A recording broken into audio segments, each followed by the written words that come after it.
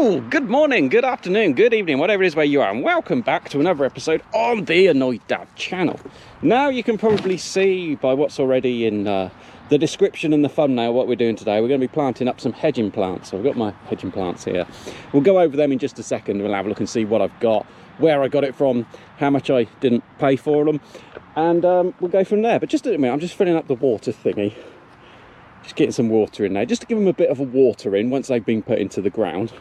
Not doing anything too mad because we've actually got more rain in the forecast, which is quite cool. After going the summer of nothing at all, see how much greener the field's looking now. And it's a lovely, glorious autumnal day because we're now finally into autumn. Right, oh, that's heavy. Yeah, I'll walk this down for the first bit. So yeah, it's a lovely, glorious autumnal day, and the hedging plants we did put in last year and the start of this year, they haven't really done very much. And the main reason for that is because it has been so hot and so dry over the summer. So we want hedging, basically, we want it all the way along this fence, right away over to the end, which is there. And we want hedging along there, which I'll explain why in just a second, along there. And there's a few gaps in the main hedge, and I want to try to start to turn that hedge over to an evergreen hedge as well. But as you know, is that a... Oh, that would have been a wasp nest, and you can see, because, is that a bit? No, it's not a bit. Yeah, that would have been a wasp nest, and that would have been dug out by a badger. Got straight in there and dug it out. So you can see, let's see, so we got a box hedge plant in there, and we've got one in there, and one in there, and one in there, one there, and there's a few, but they just haven't done anything at all this year. Even my hedge at home, I've only had to trim it once, I think it is.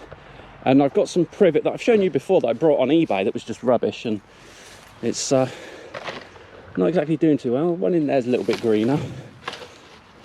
Nothing in that one. And there's one down there that's slowly going on. But yeah, those are ones I brought off of eBay, and they were just rubbish, to be honest with you. And I've got some in there as well that I got from the garden centre that I put down there, and they're doing quite well. So right, let's get down to the first bit, and I'll explain what we've got and why we're doing it. So first up on the Hedging Hall of Fame is going to be golden privet hedging plants. Now these are meant to have the slightly yellower leaves to them, and they're very nice to look at, very pretty, very easy to propagate as well. So once they get going, we can then cut off some more and do our own. So we've got 5 in there, and they cost me $19.99 from a local garden centre, which isn't really too bad. And you can see that they're nice big plants. So the top one there, that comes up to just above my hip, which is just over a metre. So I'm going to split those up and get those 5 in. So I've got the last of the box hedging, which is there, and I'm going to go 1, 2, 3, 4, 5, and then we've completed this bit. I'm not going to put any just in this bit here going along just yet, because we got Tweedledum and Tweedledee out there, and they would just love to come over and eat them.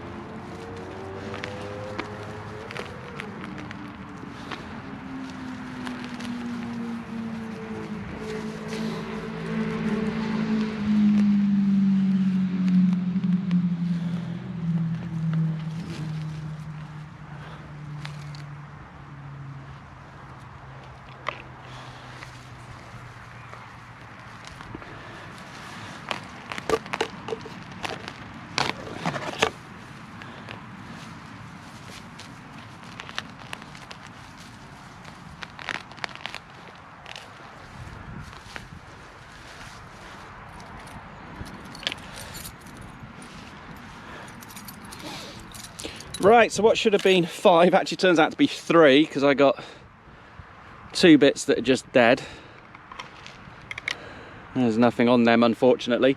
So Yeah, but that's not too bad. Still got 3 nice big healthy plants, so we'll get them put in and give them a nice watering in. So we've got one there. I'll do it like that. So I got one on this post, one in the middle, and one on the end post. Right, okay, so we've actually jumped down to the other end of the farm here, and we're down in the bottom corner. Please excuse the wind noise. And we're planting a hedge all the way along here. Now, you may recall, if you're a long time viewer, is that in there we've got holly, and the holly is growing. I was told it was incredibly slow to start off with, and yeah, it's going incredibly slowly. Let's have a look. When I put them in, they're only something like that big, and now you can see that they're a little bit bigger. So I've lost a couple, but they're getting there. Next year they should be above the height of the grass quite easily, and that will start to block things out. But unfortunately our hands have been forced with this one to put some stuff in down here. So this is going to run all the way along, and if you look, you might be able to spot something else which is new, which is this fence here. So it's just the temporary electric fence, but what's been happening is, just got to be careful where I point the camera at this second, because I've got other stuff down here as well. Shh, don't tell anyone. Is that the horses have been out here grazing, and we don't mind if people from the holiday park, which is down there, if they come over and if they walk up to the fence and they give the horses a bit of a fuss. You know, it's what happens everywhere. People fuss horses when they're in the fields and that sort of thing. But I've been up here and I found the remnants of basically somebody's Sunday lunch. Carrots, broccoli, cauliflower, cabbage, the works, scattered on the floor over there. And we've got one of the money pits. See if he'll talk to me and I can show you. Come on, boy. See, he's having to wear his Hannibal Lecter. It's called a graze muzzle, and he's able to graze with it, as you're able to see, perfectly fine. But what it does is it stops him from being able to go in and just grab a massive lump and nom, nom, nom, nom, nom, eat it all up. He's got to go for smaller bits, because that's all that go through the holes, and he can't eat it as quick. If he eats it quick, he gets what's called laminitis. That then leads to issues with his feet, and that then leads to expensive vet bills. Now, we suspect that the food he was being given by other people, despite the fact we put signs up, was what caused his last outbreak of laminitis. But what's also been happening is we've been coming down and his head collar has been off, because he's a pain to catch, so he always wears a head collar. That's been taken off at the same time as the straps for Hannibal Lecter have also been undone. So we've had somebody interfering with the horses. So we're planting the hedge along here. We wasn't going to do along here first. We was going to start off in the top field because of what's going on with the top field, but that will be revealed at sometime soon. So you can see I've already got 3 in, and they are Tuja Occidentalis Brabant.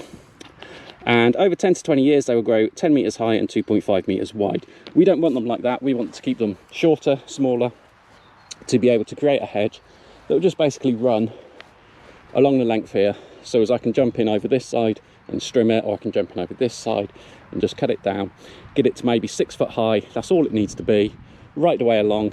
And yeah, it should be easy to maintain, easy to look after. And it will also block the view of people being able to see and of people being able to get to the horses. So let's take a look at these. They were 3 for £15 or £6.50 per pot. Crack this one open, and you can see they have got absolutely tons of roots on them. Brilliant. So I picked these up from our local B&Q. What was that, 2? Have I got a bonus? I've got a bonus by there.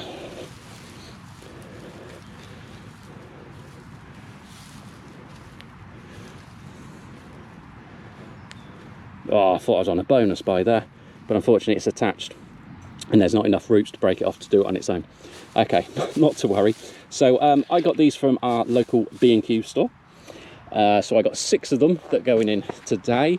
You would have had to have paid £30 for the 6, but luckily I'm part of an ONS COVID study and they're still paying us to do the COVID tests, including the kids. So, but they actually pay us by the vouchers, and the vouchers are a bit odd to work out, but you're able to exchange them at B&Q.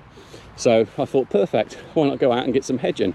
So I'm going to get these guys in, and then we'll cover that, and then we'll cover these guys, which are going somewhere else. I'm not quite sure where yet, so that could be entertaining.